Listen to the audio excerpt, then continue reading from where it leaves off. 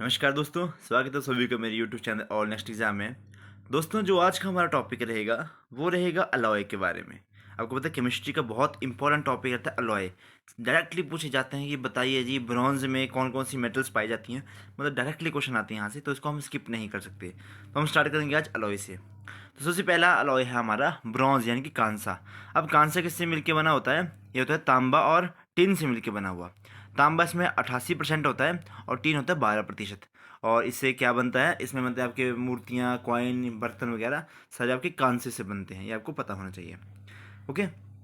Next है आपका पीतल यानी कि ब्रास। तो ब्रास क्या क्या बना होता है? ब्रास होती है आपकी, बरात नहीं ब्रास होती है एक कॉपर, और एक सेकंड बना होता है आपका जिंक। और ये आपका घंटियाँ बजा बनाने में, बर्तन बनाने में, मूर्तियाँ बनाने में इसका प्रयोग किया जाता है। अगला है आपका गन मेटल। गन मेटल देखिए कहाँ कहाँ यूज़ हुआ। ये आप कहते हैं ना वो पानी को लीक, क्या बोलते हैं इसको, बाढ़ बाढ़ बोलते हैं इसको ना।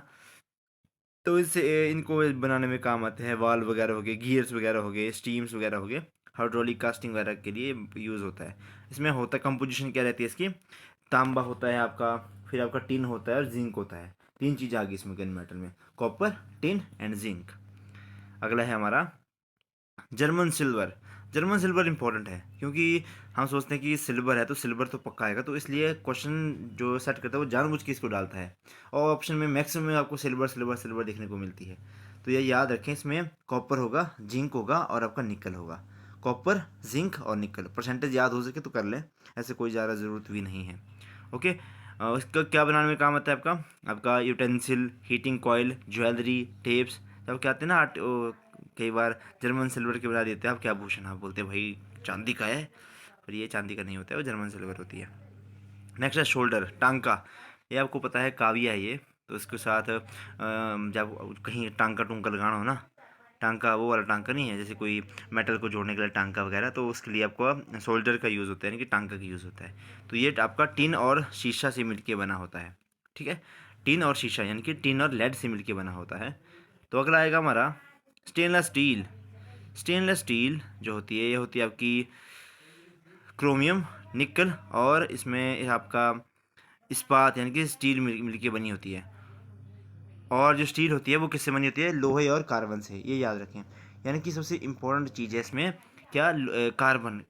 सीधा क्वेश्चन पूछा जाता है और मैंने बहुत बार क्वेश्चन देखा ये कि आपका स्टेनलेस स्टील में क्या पाया जाता है, तो उसमें कार्बन आंसर होता है। तो 2% से अधिक, कम से कम अधिक आपका कार्बन, और थोड़ा 1% जो मैंगनीज और थोड़ा सा सिलिकॉन, फास्फोरस, सल्फर, ऑक्सीजन जो है इसमें होता है। बाकी क्रोमियम होता है, निकल होता है और स्टील। और स्टील किससे मिलकर बनी होती है? लोहा और कार्बन की मिश्र धातु है।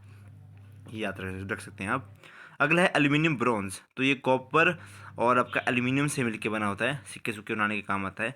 नाइक्रोम वायर, आपकी हीटर की तार। तो ये आपका निकल, क्रोमियम और आयरन से मिलकर बनी होती है। निकल, क्रोमियम और आयरन याद रखें। अगला है आपका बेल मेटल, घंटी घंटी बनाने में। तो ये आपका कॉपर और टिन से मिलकर बनी होती है ये भी। ठीक है। अलॉय है ये भी, कॉपर और टिन। नेक्स्ट है हमारा रोल्ड गोल्ड। रोल्ड गोल्ड होगा, इसमें आपका सिल्वर होगी, ब्रास होगा, कॉपर होगा। सिल्वर होगी, ब्रास होगा और कॉपर होगा। और इसमें एल्यूमिनियम होगी 10%। तो इसको भी याद रखें, इंपॉर्टेंट है ये भी। Dutch metal. तो ये कॉपर और जिंक से मिलकर बनी होती है डच मेटल। देखिए इनकी परसेंटेज थोड़ी थोड़ी अलग कर देते हैं, तो इसकी वजह से जो आपने पढ़ा पहले ब्रास वगैरह, फिर आपका क्या था वो ब्रॉन्ज वगैरह, तो थोड़ा सा डिफरेंस कर देते हैं परसेंटेज में, तो कोई और मेटल जो हो बन जाती है। तो डच मेटल जो हो बनती है आपके कॉपर और जिंक को। इनके प्रतिशत याद रखें, 80% कॉपर और 20% इसमें जस्ता। अगला है आपका chromium, Chrome steel. Chrome steel है अगला, क्रोम स्टील। तो ये क्रोमियम, आयरन, कार्बन और मैंगनीज। कार्बन इसमें आ गया तो ये भी इंपॉर्टेंट बन गया क्रोम स्टील में। ठीक है। कार्बन इसमें 0.5% है, मैंगनीज 0.5 से लेके 1% है। अगला है आपका मैग्नीलियम। मैग्नीलियम किससे मिलकर बना होता है? तो एल्यूमिनियम, मैंगनीज और आयरन से मिलकर ये बना होता है। अगला है आपका, क्या नाम लिखा है? ड्यूरल ल्यूमिन। ड्यूरल ल्यूमिन। तो ये एल्यूमिनियम, इसमें 95%, 95% आपका एल्यूमिनियम होगा। मैंगनीज होगा, मैग्नीशियम होगा और कॉपर होगा। ठीक है। अगला है आपका क्रोम वेनेडियम स्टील। ये जो आपका डंबल डंबल होते हैं उनके स्टील।